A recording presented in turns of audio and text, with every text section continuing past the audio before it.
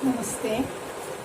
Today I am going to discuss the question answers from page number 174 related to refraction of light. And in general, I am saying about refraction. The refraction is that the bending of a ray of light, whereas in the case of reflection it was bouncing back, but in the case of refraction the ray bends either towards the normal or away from the normal, depends upon the density of the medium, optical density, that is refractive index. Let us start with the first question. A ray of light, page number 176. Page number 176, question number 1. A ray of light traveling in air enters obliquely into water. Does the light ray bends towards the normal or away from the normal? Why? Here, the light travels from rarer medium to denser medium. That is, how can we identify that the medium is rarer? Depends upon the refractive index. If the refractive index is low, it is a rarer medium, and if the refractive index is high, it is a denser medium. Here, air is less denser than water. So, from rarer medium to denser medium. Let us suppose this is water and this is the incident ray and this is the normal drop. Sorry.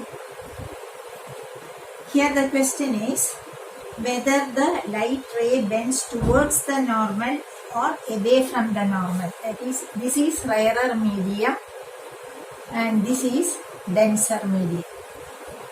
If it is a denser medium, the ray bends towards the normal. Okay? That is, the ray bends towards the normal. Why? That is, when the light travels from rarer medium to denser medium, the refracted ray bends towards the normal. That is the reason. Clear?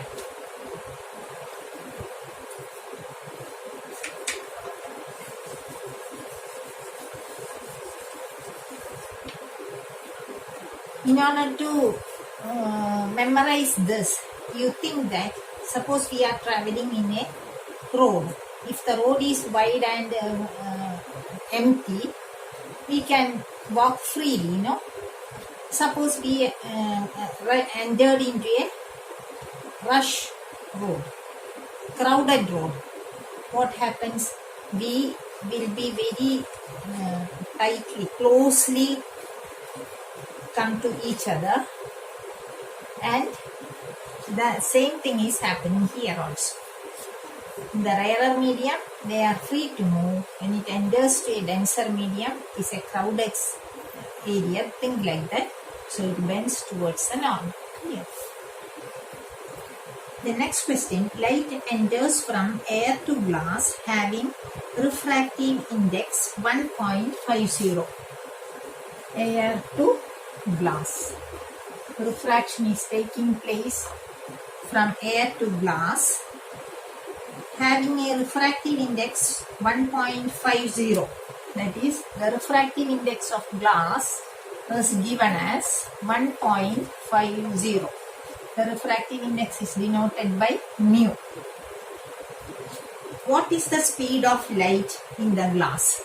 Speed of light is asked. Speed of light is how much? That is the question. The speed of light in vacuum is given. It is given as 3 into 10 raised to 8. In vacuum,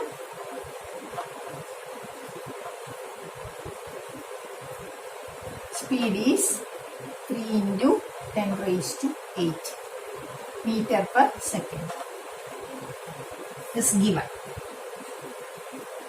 Here the question is, what is the speed of light in glass?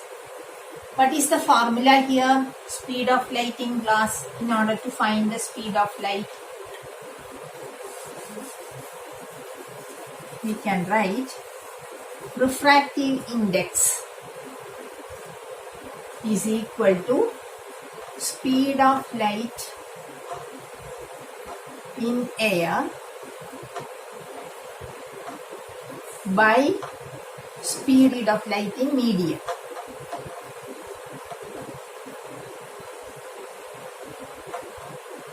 Speed of light in air by speed of light in the medium is given by refractive index. Here, speed of light in air is given as speed of light in air is given as 3 into 10 raised to 8 meter per second.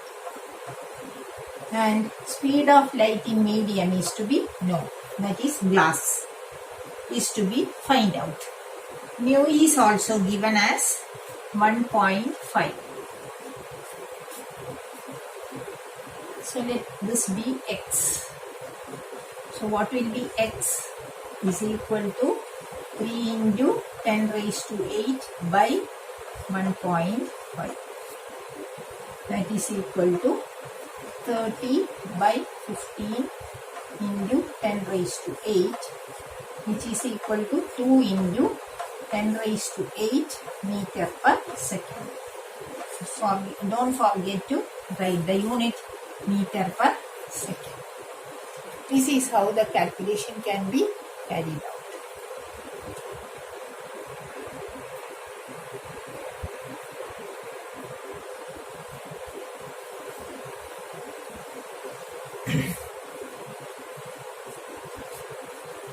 Hope this is clear to you.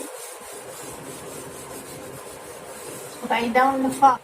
Then find out from the table. One table is given in the page 175. A table is given and the table is 10.3. The medium having highest optical density. Find out which has the highest optical density and also lowest optical density. Highest optical density means those which have higher refractive index have more optical density, and those which have low refractive index have less optical density. Okay. And in the table, air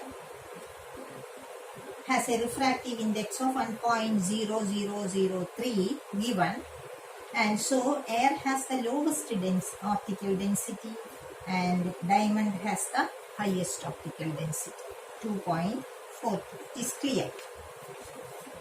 Then let us pass to the fourth question. You are given kerosene. Fourth one, kerosene is given, turpentine is given, and also water.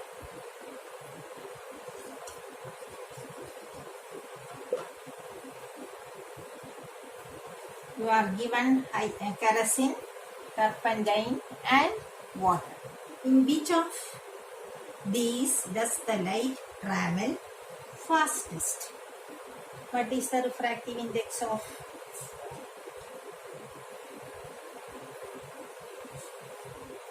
kerosene given?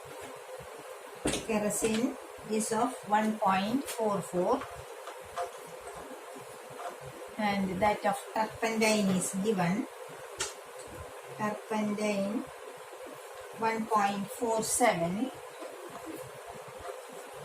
and water that you are familiar with 1.33. Okay, that is, this is optically rarer medium in which light travel faster.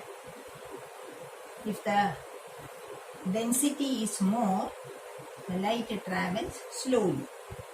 So through water, the light travels faster. The next one, the refractive index of diamond is 2.42.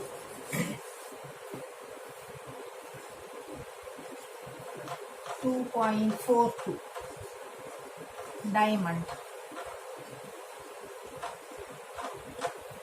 The refractive index of diamond is 2.42. What's the meaning of this statement? What is meant by refractive index? It is the ratio of the velocity of light in air to velocity of light in medium. Here medium is diamond. So the refractive index of diamond 2.42 means that it is the ratio of velocity of light in air to the velocity of light in diamond.